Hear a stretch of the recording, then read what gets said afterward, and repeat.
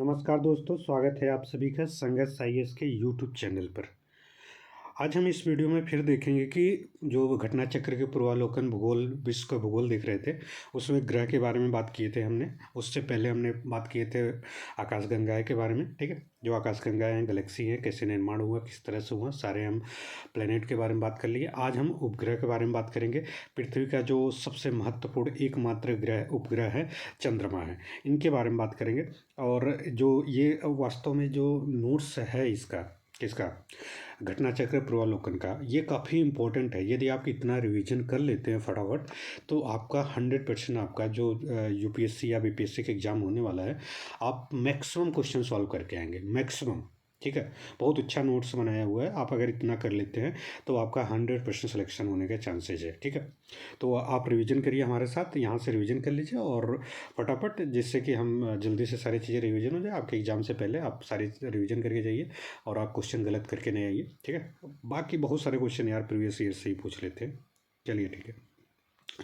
पहला है कि इसमें उपग्रह जो क्या होता है, एक आकाशीय पिंड होता है, मान लेते हैं हम।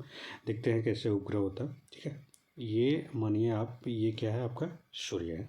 इसके बाद यहाँ बुध, यहाँ आपका शुक्र, यहाँ पृथ्वी, और पृथ्वी के जस्ट बगल में यहाँ छोटा सा आपके उपग्रह चंद्रमा है। तो आप पृथ्वी क्या करती है, चक्र सूर्य लगाती है, और पृथ्वी का चक्कर कौन लगाता है, ये आपका चंद्रमा लगाती है। तो इस तरह से आपका इस तरह से रोटेट होती रहती है, इस तरह से। तो जितना टाइम चक्कर लगाने में पृथ्वी ये चंद्रमा का अपने अक्ष पे लगाती है चंद्रमा, उतने टाइम में पृथ्वी का चक्कर लगा लेती है। Are you getting? समझ पा रहे हैं वो क्या कहना मैं चाहता हूँ? ठीक है, तो आगे देखते हैं। ये आकाशीय पिंड है, इसका निर्माण जो चंद्रमा का हुआ है, ये पृथ्वी के समय हुआ था। जैसे जब सोलर सिस्टम का निर्माण हुआ आकाशगंगा में हमारी मंदाकिनी के समय, इसके बाद फिर सोलर सिस्टम का, फिर ग्रह का निर्माण हुआ। ग्रह के बाद फिर ग्रह से जो छोटे टुकड़े टूट के निकले, उस पर उपग्रह का नाम दिया गया, जो एक वृत्ताकार आकार में, एक वृत्ताकार मतलब एक दीर्घ वृत्ताकार पथ पर चक्कर लगाते रहते हैं। इस तरह से मान लीजिए ये आपका पृथ्वी है, तो इस तरह से चक्कर लगाते रहते हैं। ठीक है, इस तरह से। ठीक, आगे चलते हैं। उपग्रह वे आकाशीय पिंड है जो अपने ग्रहों की परिक्रमा करते हैं। ठीक है, अपने ग्रह के साथ साथ सूर्य की भी परिक्रमा करते हैं। ये ग्रह के तो परिक्रमा करते ही हैं, उनके चारों ओर घूमते ही हैं, और साथ में सूर्य का, किसका, सूर्य का भी। ठीक, नेक्स्ट है, पृथ्वी एकमात्र उपग्रह चंद्रमा है। क्या है? चंद्रमा है। पृथ्वी से चंद्रमा की दूरी न्यूनतम को क्या कहते हैं, पेरिजी कहते हैं। क्या कहते हैं? पेरिजी। कितना है? यह है 36,000, आपका 3,63,300 है। 3,63,300 किलोमीटर है। अधिकतम दूरी को क्या कहते हैं? अपोजी कहते हैं। न्यूनतम दूरी को क्या कहते हैं? आपके जो न्यूनतम दूरी होती है उसे पेरिजी, और अधिकतम दूरी को क्या कहते हैं? अपोजी। ठीक है, ये 4,05,500, ठीक है, इतना है। नेक्स्ट किलोमीटर है। जबकि चंद्रमा और पृथ्वी का औसत दूरी कितना है? ये है 3,84,400 किलोमीटर, चंद्रमा और पृथ्वी की औसत दूरी। ठीक है, मान लीजिए आपका पृथ्वी हो गई और इस तरह का आपका चंद्रमा हो गई, इनके बीच की जो दूरी है, औसत दूरी कितनी है? आपका 3,84,400 किलोमीटर है। चंद्रमा सौरमंडल का 5वां सबसे बड़ा उपग्रह है। ठीक है, इसके बाद हम बात करते हैं आपका इसका व्यास जो है कितना है? 3,475 व्यास समझते हैं। जैसे मान लीजिए ये है, इसके बाद ये जो इसकी डायमीटर होती है, ठीक है, जो केंद्र से मिलाने वाली रेखा, उसको डायमीटर कहते हैं। ये इसका इक्वेटर मान लीजिए इस तरह के, तो ये इसको बोलते हैं व्यास। कितना है? 3,4,7,5। ठीक, नेक्स्ट चलते हैं। चंद्रमा अपने अक्ष पर 27 दिन में 7 घंटे 43 मिनट में एक चक्कर पूरा कर लेता है। करीब ये एक चक्कर पूरा करता है अपना कितना? इतने घंटे में।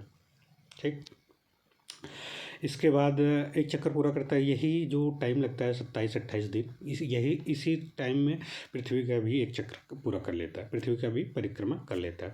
परिक्रमा मतलब किसी एक वस्तु के चारों ओर घूमना, और खुद के अक्ष पर घूमना, उसको बोलते हैं हम घूर्णन। ठीक है, रोटेशन कहते हैं। आर बेटे, तो इस तरह के चक्कर काट लेती है चंद्रमा। और चंद्रमा पृथ्वी के चारों ओर की कक्षा है। ठीक है, मान लीजिए ये आपका छोटा सा क्या है, पृथ्वी है, और ये आपका पृथ्वी। ठीक, नेक्स्ट आपका ये पृथ्वी है, ये आपका चंद्रमा है। तो इस तरह से ये चक्कर करते रहते हैं, ऐसे ऐसे धीरे धीरे। ठीक है, ऐसे ऐसे ऐसे ऐसे ऐसे इस तरह से। ठीक है, एंटी क्लॉकवाइज। नेक्स्ट चलिए, दीर्घवृत्तीय और झुकाव युक्त है। फलस्वरूप जब चंद्रमा पृथ्वी से सर्वाधिक दूरी पर होता है तो छोटा, और जबकि निकटतम दूरी पर होता है तो बड़ा दिखता है। जब सबसे नज़दीक होता है छोटा, अपेरिजी की स्थिति में होती है जब नज़दीक होता है। ठीक है, निकटतम होता है तो थोड़े से बड़े, और जब दूर होता है तो क्या कैसा दिखता है, छोटा दिखता है। ठीक है, चंद्रमा की इसी लिबरेशन कारण पृथ्वी की सतह से एक समय उसका केवल 59% भाग ही देखा जा सकता है। ये इम्पोर्टेंट है, कितना देखा जा सकता है अभी हम बता रहे हैं आपको कि ये कैसे होता है, 59% भाग। ठीक, अतः चंद्रमा का एक भाग सदैव पृथ्वी की ओर उन्मुख रहता है और ध्वनि तरंगों के संचरण के लिए किसी माध्यम की आवश्यकता होती है। ठीक है, तो वायुमंडल की उपस्थिति नहीं है चंद्रमा पे, इसलिए वहाँ पे ध्वनि तरंगे नहीं उपलब्ध। कि ध्वनि तरंगे जो होती है उसको क्या चाहिए, उसको माध्यम चाहिए। सबसे ज़्यादा कहाँ पे होती है, आपके सॉलिड में होती है ध्वनि तरंगे, इसके बाद फिर आपका लिक्विड होती है, फिर गैस में होती है। ठीक है, तो ये होता है, इनका प्रसार होता है। ठीक है, चलिए, चंद्रमा पर वायुमंडल का अभाव इसी कारण से चंद्रमा पर दो व्यक्ति एक दूसरे की बातें नहीं सुन सकते। सूर्य और चंद्रमा के बीच ये इम्पोर्टेंट है। अब हम इस पे बात करें, सूर्य एवं चंद्रमा के बीच पृथ्वी आ जाती तो कैसा लगता है। तो उस समय जब सूर्य और पृथ्वी के बीच, सूर्य एवं चंद्रमा के बीच पृथ्वी आ जाती है तो उस समय चंद्रग्रहण लगता है। देखिए आगे, तो सूर्य का प्रकाश चंद्रमा पर नहीं पड़ता है, चूँकि ग्रहों का अपना कोई प्रकाश नहीं होता, ये केवल सूर्य के प्रकाश से ही प्रकाशित होते हैं। अतः चंद्रमा पर सूर्य का प्रकाश न पड़ने के कारण चंद्रग्रहण लगता है। चंद्रग्रहण का प्रकाश, उसकी लंबाई, चंद्रमा की सापेक्षिक स्थिति, उसके कक्षीपथ पर निर्भर करता है। चंद्रग्रहण सदैव पूर्णिमा के दिन होता है। अर्धचंद्र के समय पृथ्वी के संदर्भ में सूर्य और चंद्रमा की स्थिति समकोणीय होता है। चलिए फटाफट इसको हम समझ लेते हैं कैसे होता है। मान लीजिए ये आपका सूर्य है और ये आपका पृथ्वी है। पृथ्वी थोड़ा सा बड़ा कर दे रहा हूँ, 1 मिनट, इसको मैं डिस्ट्रॉय करता हूँ। 1 मिनट, ये हो गया आपका सूर्य और ये आपका चंद्रमा। ठीक, अब चलिए फटाफट देखते हैं कैसे होता है। तो ये सूर्य है, सन है, और ये क्या है आपका अर्थ है, और ये क्या है आपका, इसको बोलते हैं मून। ठीक है, मून ऐसे चक्कर लगाता है। ठीक है, और पृथ्वी आपका इधर साइड चक्कर लगाता है, पश्चिम से पूर्व की ओर। सूर्य अपने गैलेक्सी के चारों ओर। तो इसकी जो रोशनी है, इसकी रोशनी क्या होगी, ये पृथ्वी घेर लेगी। जब पृथ्वी घेर लेगी इसकी रोशनी, तो इसकी रोशनी पड़ पाएगी, यहाँ पे छाया पड़ेगा। और छाया जैसे पृथ्वी का ज़्यादा भाग जो कवर कर लेता है, ठीक है, पूरे भाग को, इसको अम्बरा कहते हैं। और थोड़ा थोड़ा जब भाग ऊपर से दिखाई देता है उसको बोलते हैं पेनम्बरा बोलते हैं। तो मान लीजिए पृथ्वी ये है, ऐसे ऐसे ऐसे धीरे धीरे चक्कर लगाती है। तो इनके बीच अब ये जो चंद्र ग्रहण होता है, जो आपका लूनर, कौन सा, लूनर इक्लिप्स की बात कर रहा हूँ।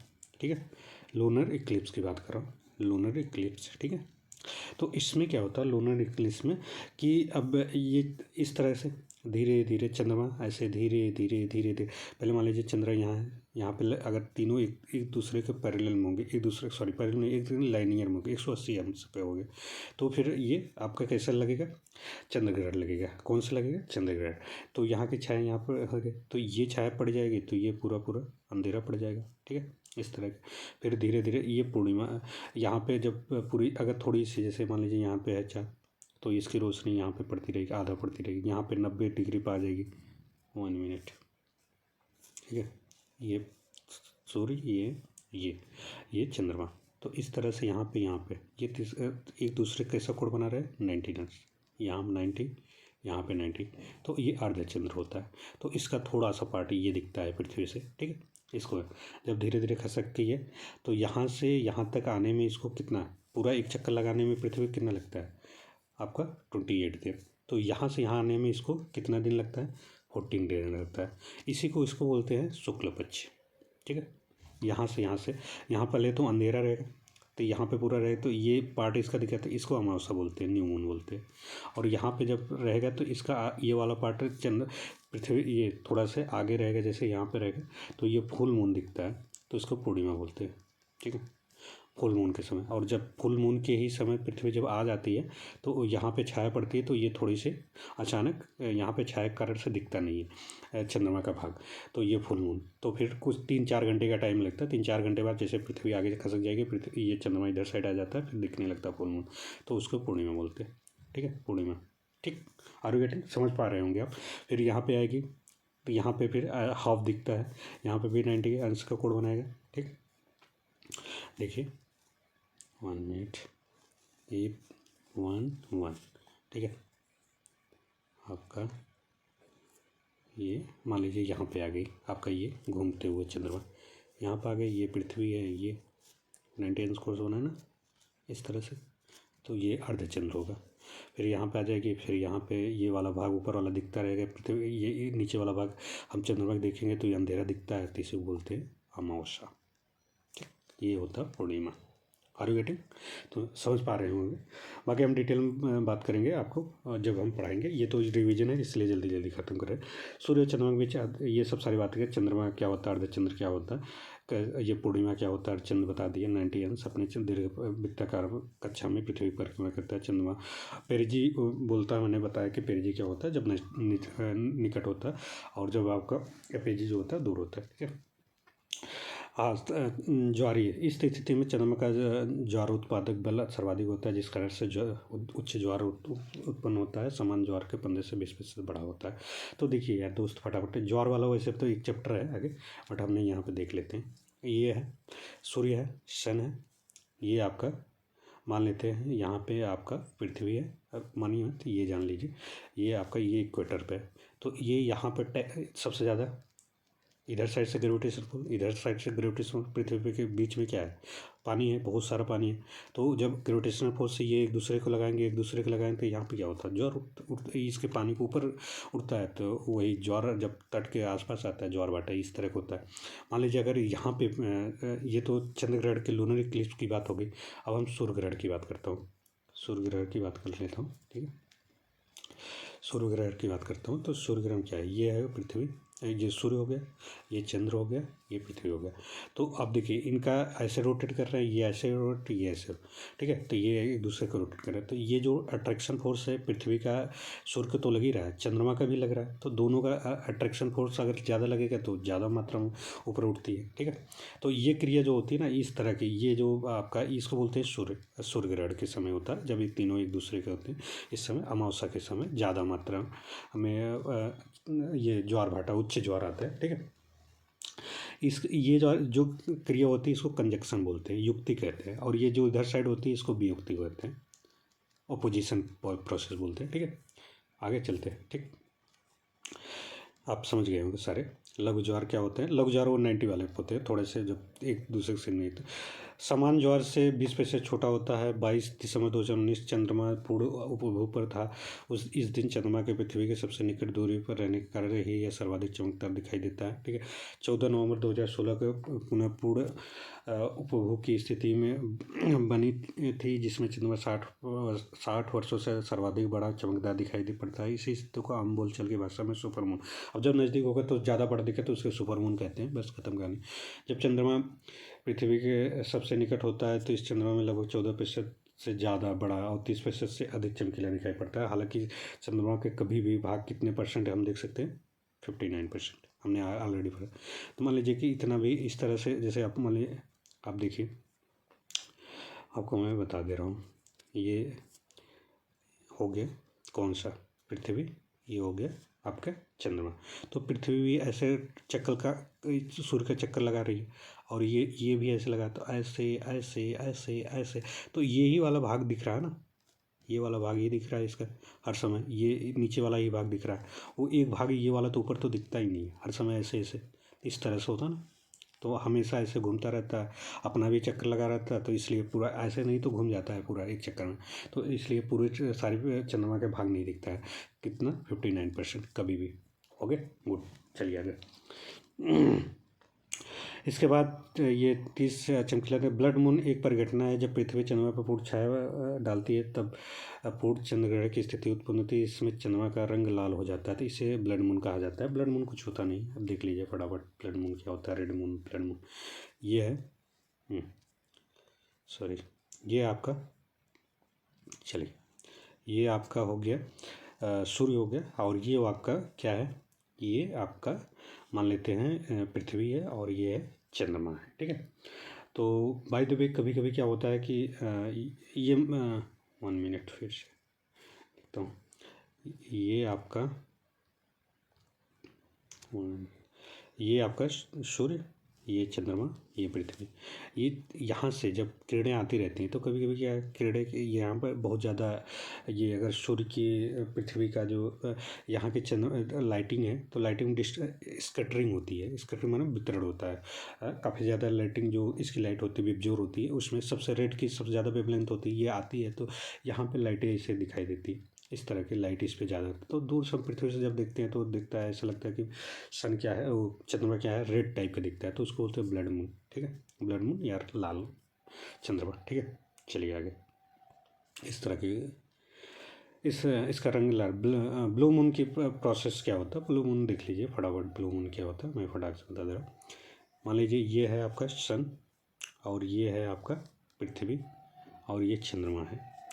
पूर्णिमा, जब पूर्णिमा, कभी कभी एक पूर्णिमा जो 24 दिन का, कितना टाइम होता है, 28 दिन, सॉरी 28 दिन में करीब पृथ्वी ये चंद्रमा पृथ्वी का चक्कर लगा लेता है और अपने कक्ष पे लगा लेता है, ठीक है। तो जैसे हमारा क्या है, पृथ्वी का एक माह कितने का होता है, 30 दिन के लगभग होता है, लेकिन चंद्रमा का कितना होता है, 28 दिन का होता है। तो इससे 28 दिन तो 12 से गुणा करेंगे, कितना आएगा, 354 दिन आता है। और पृथ्वी कितना होता है, 365 दिन होता है। अब इस हिसाब से देख लीजिए कि एक पूर्णिमा कितने दिन का, 14 दिन का होता है एक पूर्णिमा, ठीक है। 28 दिन में एक महीने में 28 दिन में चंद्रमा के एक चंद्रमास में कितना होता है, एक चंद्रमास में 14 दिन का पूर्णिमा होता है, 14 दिन का अमावस्या होता है, 14 दिन शुक्ल पक्ष, 14 दिन कृष्ण पक्ष होता है, ठीक है। इस तरह से होता है। तो जब कभी भी जिस माह में 2 पूर्णिमा आ जाए, तो पहले पूर्णिमा को, तो पहला पूर्णिमा का सेकंड वाला जो पूर्णिमा होता है, मान लीजिए 31 का है, 31 दिसंबर है, तो 31 दिसंबर है, तो 31 दिसंबर के समय क्या है, 31 दिसंबर, 31 दिसंबर के समय 31 दिसंबर के समय मान लीजिए यहाँ पे एक तो पूर्णिमा 28 दिन में आ गया, और सेकंड दिन में, सेकंड माह में भी पूर्णिमा आ जाए, मतलब उस एक माह में 2 पूर्णिमा आ जाए, उससे बोलते हैं कभी ऐसा प्रोसेस तो हो ही जाता है, ठीक है। एक बार हो जाता है 2-3 साल बाद इस तरह के, तो उससे सेकंड जो पूर्णिमा होगा उसे हम ब्लू मून कहते हैं। क्या बोलते हैं, ब्लू मून। बाकी अगर आपको डिटेल चाहिए तो आप मुझे कमेंट करिएगा, हम वीडियो इस पर अच्छे से बनाऊंगा ब्लू मून पर, ठीक है। तो ये इसमें 12 चंद्रमासों में कुछ अधिक दिन होने के कारण से होती है। एक चंद्रमा माह लगभग 29.5 दिन का होता है, या यदि कैलेंडर में 29.5 का 354, इसमें 12 पूर्णिमाएँ होती है। कभी कभी किसी एक अतिरिक्त पूर्णिमा अथवा ब्लू मून का अस्तित्व नहीं होता है, लेकिन एक वर्ष 365 दिन के कारण प्रत्येक वर्ष में 12 पूर्णिमाओं के लिए आवश्यक 354 दिन के बाद भी 11 दिन शेष बच जाता है। यही कारण है कि लगभग 2.75 वर्ष में, 2.7 वर्ष में एक अतिरिक्त ऐसा पूर्णिमा घटित होने के लिए 29.5 दिन प्राप्त हो जाते हैं। तो इस अतिरिक्त पूर्णिमा को ब्लू मून की संज्ञा दी जाती है। तो समझिए ना, हमने जो बता रहा हूँ ये 2.7 वर्ष के बाद होता है ऐसा, ठीक है। 2.7 ऐसा माह में 2 पूर्णिमा 2 बार आ जाता है, यद्यपि दोनों पूर्णिमाओं के बीच का अंतर लगभग 29.5 का होता है। तो पृथ्वी दिवस के अंतर्गत ये 2 पूर्णिमा आता है, ठीक है। वैसे तो चंद्र दिवस के तो एक ही हमेशा आता है, ठीक है। प्रचलित लोकप्रिय धारणा के अनुसार जिस माह में 2 पूर्णिमा होगी उसकी दूसरी पूर्णिमा को ब्लू मून कहेंगे, ठीक है। इसी आधार पर 2009 में, जिसमें क्रमशः 2 दिसंबर 31 दिसंबर को पूर्णिमा का अवसर 2009 में ऐसा देखा गया था, ठीक है। 2 दिसंबर को और 31 दिसंबर को 2 पूर्णिमा दिखी थी। 31 दिसंबर को पूर्णिमा को ब्लू मून कहा गया था। पहले वाले को तो आपका पूर्णिमा, दूसरे को ब्लू मून। एक माह में 2 पूर्णिमा के आधार पर ब्लू मून परिभाषित किया गया। बहुत ज़्यादा बड़ा इसमें फालतू लिखा है, जो सारी चीज़ें हैं एक लाइन में ही समझ जाना है, ठीक है। चलिए हम जो बता दिए। आपका नेक्स्ट है कि 1946 में फार्मस अलमनक की स्काई एंड टेलीस्कोप मैगजीन में प्रस्तुत गलत व्याख्या के कारण से इस वर्ष 1999 में एक पत्रिका त्रुटि को दूर करते हुए आलेख प्रकाशित किया। उल्लेखनीय है फार्मर्स अलमनक द्वारा ब्लू मून की परिभाषा को सर्वाधिक स्वीकृत किया गया। अलमनक ने अनुसार ब्लू मून एक खगोलीय मौसम है, इसके अतिरिक्त पूर्णिमा का अस्तित्व की घटना है। ठीक है, खगोलीय मौसम का एक वर्ष में चार है। 21 मार्च एवं 23 सितंबर और 21 जून और 22 दिसंबर इस मौसम को विभाजित किया जाता है। ठीक है, खगोलीय मौसम को तो 3-3 माह का होता है यार, आपको बताया पहले, ऑलरेडी बता दिए। 21 मार्च 22 3-3 माह के, 4 तो होगी 3-3 माह के। ठीक है, वो सारी बातें आप जानते हैं, पहले मैंने बता चुका हूँ। प्रत्येक खंड में 3 पूर्णिमाएँ होती हैं। हाँ, एक खंड में तो 3 माह में 3 पूर्णिमाएँ तो होंगी। ठीक है, 2.7154 वर्ष के बाद 3 के बजाय 3 पूर्णिमा होती है। 3 वही फालतू लिख दिया है, फिर वही बातें बार बार इस पर घुमा कर लिख दिया है। ठीक है, आगे चलते। ब्लू मून की आप समझ गए हैं। ठीक है, गुरुत्वीय त्वरण। अब देखिए, पृथ्वी का जो भार होता है, भार द्रव्यमान और भार में डिफरेंस है, थोड़ा सा फटाफट देख लेते हैं। द्रव्यमान जो होता है ना, यम होता है किसी भी वास्तविक जो भार होता है, तो उसमें ग्रेविटेशन में जो भार होती है किसी चीज़ का, वेट जो होता है W बराबर होता है mg, द्रव्यमान और ग्रेविटेशनल फोर्स। तो ग्रेविटी जो होती है पृथ्वी की ग्रेविटी, और चंद्रमा की ग्रेविटी पृथ्वी की ग्रेविटी से 1/6 है। तो जब पृथ्वी की कोई भी वस्तु चंद्रमा में जाती है 1/6 हो जाती है उसकी। ठीक है, यही ग्रेविटेशनल फोर्स बात कर रहा है। ठीक है, चलिए आगे देख लेते हैं। पृथ्वी से चंद्रमा पर ले जाने वाले किसी वस्तु का भार घटकर कितना हो जाए, 1/6 हो जाए। चंद्रमा पर काले धब्बे वाले क्षेत्र लूनर को सी ऑफ ट्रंक्विलिटी कहा जाता है। Most important, C of tranquillity क्या है? शांति। एक धब्बा, काले धब्बे वाले क्षेत्र को सी ऑफ शांति के सागर के नाम से जाना जाता है। चंद्रमा के इसी भाग में प्रथम जो मानव चंद्रयान पे गए थे, जो आपका ये नील आर्मस्ट्रांग, माइकल कोलिंस और एडविन बज एल्ड्रिन जूनियर, ये 1969 में। मोस्ट इंपॉर्टेंट क्वेश्चन पूछा हुआ है ये वाला। ठीक है, अपोलो किससे गए थे? अपोलो आपके 11 से, प्रथम मानव वाले। ठीक है, 1969 में 20 जुलाई, ये याद कर लीजिएगा। 3 बंदे थे, नील आर्मस्ट्रांग और आपके ये Neil Armstrong, Michael Collins, Edwin Buzz Aldrin junior. तो नील आर्मस्ट्रांग पहले कदम रखे थे, फिर एल्ड्रिन रखे थे। हालांकि इनको लोग भुला गए हैं, नील आर्मस्ट्रांग की ही जानते हैं, बट ये दोनों बंदे ने, 3 बंदे ने गए थे। ठीक है, अपोलो 11 मिशन से। ठीक है, ये नासा का था। 16 जुलाई 1969 में केप कैनेडी से उड़ान भर के चंद्रमा पर स्थित सी ऑफ ट्रंक्विलिटी 20 जुलाई 1969 से 21 जुलाई 1969 चंद्रमा के सतह पर रखे थे। ठीक है, 24 जुलाई 1969 को प्रशांत महासागर क्षेत्र में सफलतापूर्वक लौट आए थे। फिर भारत द्वारा 22 अक्टूबर 2008 को आंध्र प्रदेश के श्रीहरिकोटा से, मोस्ट इंपॉर्टेंट याद कर लीजिएगा, कई बार क्वेश्चन आने के चांसेज है और पूछा हुआ है। कब? भारत द्वारा 22 अक्टूबर 2008 में आंध्र प्रदेश के श्रीहरिकोटा से सतीश धवन अंतरिक्ष केंद्र है, ये भी ध्रुवीय उपग्रह जो PSLV C11 है, इसके माध्यम से चंद्रयान फर्स्ट भेजा गया था। और आपका 8 नवंबर 2008 को चंद्रयान आपका फर्स्ट को 5वें चरण का अंतिम चरण के बाद चंद्रमा पर प्रवेश किया। ठीक है, इसके बाद मून, इस अभियान में भारत द्वारा निर्मित मानव नहीं था, मून इम्पैक्ट प्रोब से के सतह की पर उतरा। चंद्रयान पर नज़र रखने के लिए बेंगलुरु से कुछ दूरी पर ब्यालालू में Indian deep space network centre की स्थापना की गई थी। चंद्रयान 2 चंद्रमा के लिए भारत का दूसरा मिशन पूरी तरह से स्वदेशी मिशन था। और ये चंद्रयान 2 ऑर्बिटर, लैंडर और रोवर, ये भी इंपॉर्टेंट, 22 जुलाई 2009 में ये क्वेश्चन पूछने के चांसेस मैक्सिमम है श्रीहरिकोटा से। ठीक है, इसके बाद JSLV मार्क 3, ये इंपॉर्टेंट है। ठीक है, M1 रॉकेट, चंद्रयान 2 प्रक्षेपण। ठीक है, हालांकि इसमें थोड़ी सी खराबी हो गई थी, इसके रोवर और जो ये लैंडर थे सही से नहीं हुए थे। बाद में फिर इसरो ने इसको कवर किया था। ठीक है, चंद्रमा के दक्षिणी ध्रुव पर पहुंचकर अनुसंधान संचालित हुआ। सेलेनी, मोस्ट इम्पोर्टेंट, सेलेनी जापान का उपनाम कागुआ का एक चंद्रमा पर भेजा गया एक उपग्रह है। ठीक है, जापान का अंतरिक्ष यान है। ठीक, 14 सितंबर 2007 को प्रक्षेपित किया। 1 से 8 माह तक चंद्रमा की कक्षा में सफलतापूर्वक परिक्रमा करने के पश्चात यह चंद्रमा की सतह पर गील क्रेटर की समीक्षा टकराकर खत्म हो गया। ठीक है, नेक्स्ट हम देखते हैं क्षुद्रग्रह, फटाफट देख लेते हैं। क्षुद्रग्रह कुछ नहीं होता यार, इसको एस्ट्रॉयड बोलते हैं। ठीक है, एस्ट्रॉयड क्या होता है देख लीजिए। ये हो गया आपका कौन सा? सूर्य। सूर्य के समय जब आपका बिग बैंग थ्योरी हुआ तो सोलर सिस्टम बना, प्लेनेट बना, और आपका ये सेटेलाइट बनी, सेटेलाइट के बाद ये एस्टेरॉयड भी बना। एस्टेरॉयड कुछ नहीं होता यार, जब जो ग्रह होते हैं, उपग्रह होते हैं, उनके छोटे छोटे पिंड होते हैं। ये पत्थर के होते हैं, स्टोन के होते हैं, इसमें धूल कण गैसीय पिंड इस तरह के होते हैं। ये भी चक्कर लगाते रहते हैं अपने ग्रह के चारों ओर, ठीक है। तो आप जान लीजिए कि ये सूर्य, सूर्य के बाद 1 मिनट देखिए, आप बता रहे हैं, ये सन हो गया, ये आपका बुध, शुक्र, ये पृथ्वी, ये मंगल, और ये बृहस्पति बड़ा सा थोड़ा सा, ठीक है। थोड़ा सा मैं बृहस्पति को बना दे रहा हूँ, ठीक है। यहाँ पे आपके एक पट्टी है, किसकी है? क्षुद्र ग्रहों की। ये छोटे छोटे कण हैं, बहुत बड़े पिंड नहीं, आकाशीय पिंड है। ये मंगल और बृहस्पति के चारों ओर ऐसे घूमते रहते हैं अट्रैक्शन फोर्स के कारण से, एक दीर्घवृत्तीकार में, ठीक है। कभी कभी इनका क्या होता है कि ये अपने कक्षे छोड़कर पृथ्वी के आसपास वायुमंडल में आ जाते हैं। तो जो आ जाते हैं तो गिरने लगते हैं, तो इसको बोलते हैं आपको कि लाइटनिंग तारा के नाम से जाना जाता है, ठीक है। इस तरह की होती है। चलिए आप समझिए, आपको आकाशीय तो पृथ्वी और बृहस्पति मंगल के बीच में एक पट्टी है, एस्टेरॉयड है, ठीक है। अब देख लीजिए, ये हमने बता दी है सारी बातें। ये सभी इसमें देखिए क्षुद्र ग्रह ये मंगल और बृहस्पति के छोटे छोटे क्षुद्र ग्रह ऐसे हैं, पृथ्वी सूर्य इस तरह से चक्कर लगाते हैं।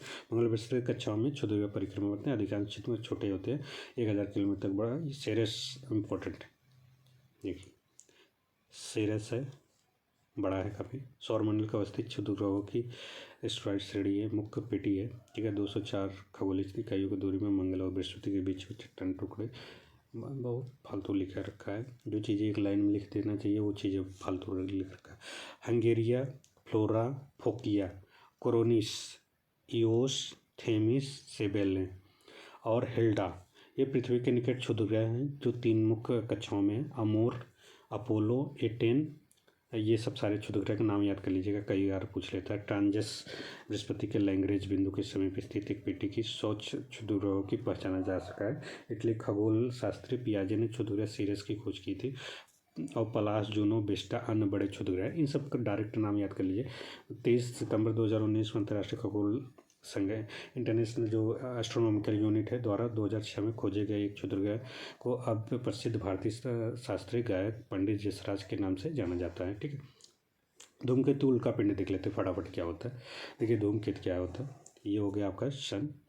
इस तरह के सारे ग्रह है सारे, एक बेल्ट होती है लास्ट में आपके, जब प्लेटो के बाद वहाँ पे छोटे छोटे ऐसे इस तरह के क्या होते हैं, उसके बेल्ट होते हैं, गैसीय पिंड होता है, उसमें गैस रहते हैं।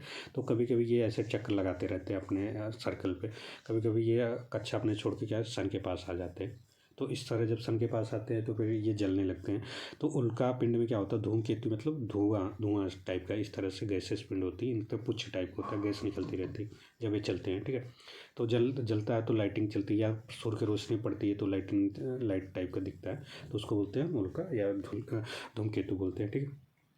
उल्का पिंड वही, उल्का में धूमकेतु में अंतर है, ठीक है। पुच्छल तारे या धूमकेतु, उल्का में अलग होता है। उल्का जो एस्टेरॉयड होता है वो उल्का पिंड है, जब नज़दीक आते रहते हैं सूर्य के या पृथ्वी के आसपास आते रहते हैं तो वो टकराते हैं, तो उसमें लाइटनिंग होती है, उल्का बोलते हैं, ठीक है। चलिए, गैसों के पिंड जो सूर्य से दूर ठंडे अंधेरे क्षेत्र में थे, सूर्य के चारों ओर, वो कुपर बेल्ट नहीं है, वहीं पे पूरे ये धूमकेतु रहते हैं। सूर्य के चारों ओर ये लंबी अनियमित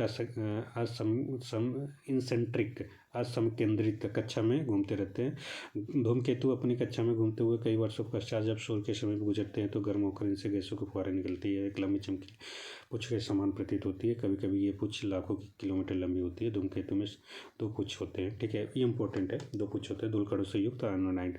तो इसमें कई भाग होते हैं, इसके कोमा होता है, कोमा में दोनों की उत्पत्ति कोमा से होती है। विद्युत आवेशित कणों से युक्त आयनोनाइड पुच्छ सौरिक चुंबकीय क्षेत्र से उत्पन्न चुंबकीय बल के विशेष प्रभाव के कारण सूर्य की विपरीत दिशा में होती है।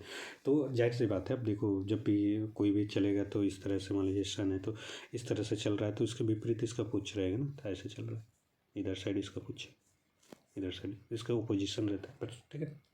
ये धूमकेतु जो है 70 से 90 वर्ष के बाद दिखाई देता है, ठीक है। मोस्ट इम्पॉर्टेंट कोमा वाला भाग होता है जहाँ पे इसको देखा जाता है।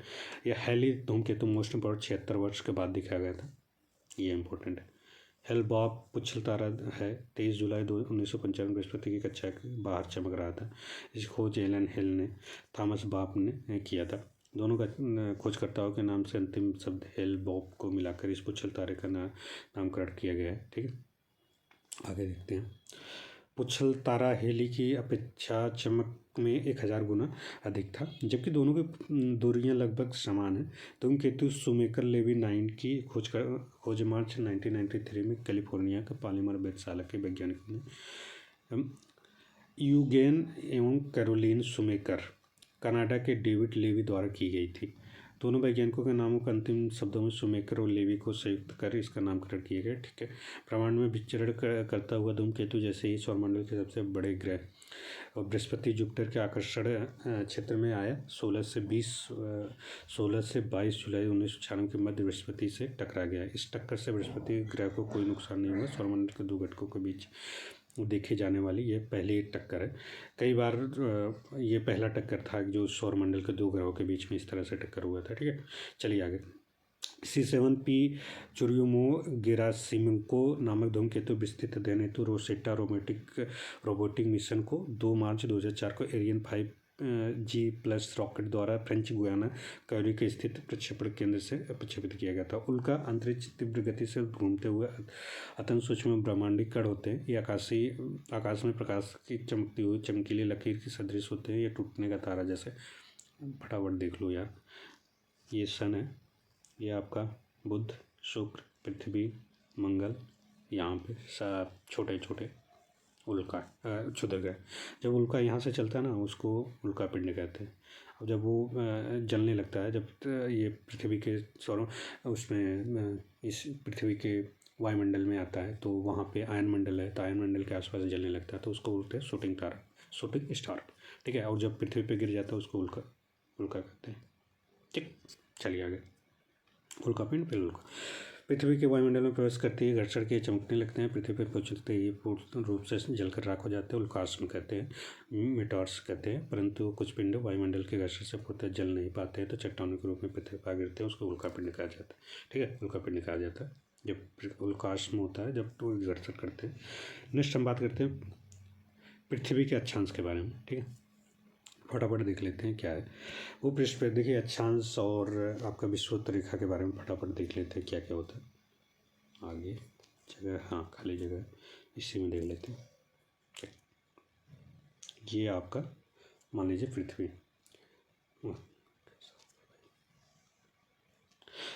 भी देखिए, ये पृथ्वी है, क्या है, अर्थ।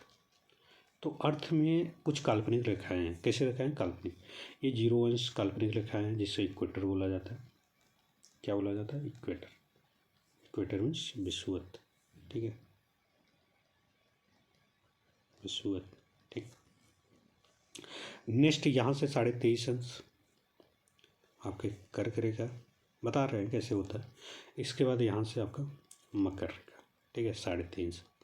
यहाँ पे 66.5 अंश आपका उत्तरी आर्कटिक, 66.5 अंश दक्षिण। ये नॉर्थ पोल होता है, अक्ष होता है इसका। ये साउथ पोल होता है। ठीक है, देखिए जब हम इसके दो अक्षांशों को मिलाते हैं, अक्षांश क्या होता है, यहाँ से ये केंद्र के बीच तल से इक्वेटर के आसपास से हम एंगुलर मतलब एंगल बनाते हैं। इस तरह के 0 अंश एंगुलर, एक अंश, 2 अंश, 3 अंश, इस तरह का अंश बनाते हैं। इसको जब मिलाते हैं ना, ये पैरेलल लाइन जो होती है इस तरह के, इसको अक्षांश बोलते हैं। ठीक है, इस तरह से। ठीक, इसको अक्षांश बोलते हैं। समझ आ गया होगा आपको। तो इसको यहाँ पे चाप लगाते हैं इस तरह के। ये 90 अंश डिग्री हो गया। कैसा हो गया?